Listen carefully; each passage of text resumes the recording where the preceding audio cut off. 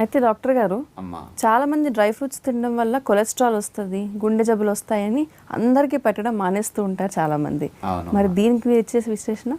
అసలు ఏ విత్తనాల్లోనూ బాదం, జీడిపప్పు, పిస్తాలు, వాల్నట్స్ ఇలాంటి ఎందులోనూ కూడా కొలెస్ట్రాల్ ఉండదు. Zero cholesterol.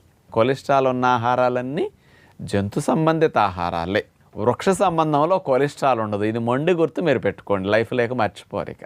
అందుకని గుండె జబ్బులు ఉన్నవారు, పక్షవాతాలు ఉన్నవారు, ఇట్లా చెడ్డ కొలెస్ట్రాల్ తగ్గాలనుకునేవారు, మంచి కొలెస్ట్రాల్ పెరగాలనుకునేవారు బాగా తినండి. జీడిపప్పులు, బాదం పప్పులు, పిస్తా పప్పులు, వాల్నట్స్, పుచ్చగింజల పప్పు, అట్లాగే పొద్దుతిరుగుడు పప్పు, అట్లాగే గుమ్మడి గింజల పప్పు, ఇవన్నీ డ్రై నట్స్ అనమాట. వేరుశెనగ పప్పులు కూడా డ్రై నట్స్. ఇట్లాంటివన్నీ బాగా వాడుకోవచ్చు అనమాట. ఇవన్నీ చాలా చాలా ఆరోగ్యానికి మంచిది. అయితే డాక్టర్ గారు, చివరగా మరి సాధారణంగా అందరికీ తినొద్దు అని చెప్తూ ఉంటారు. మీరేమో కొన్ని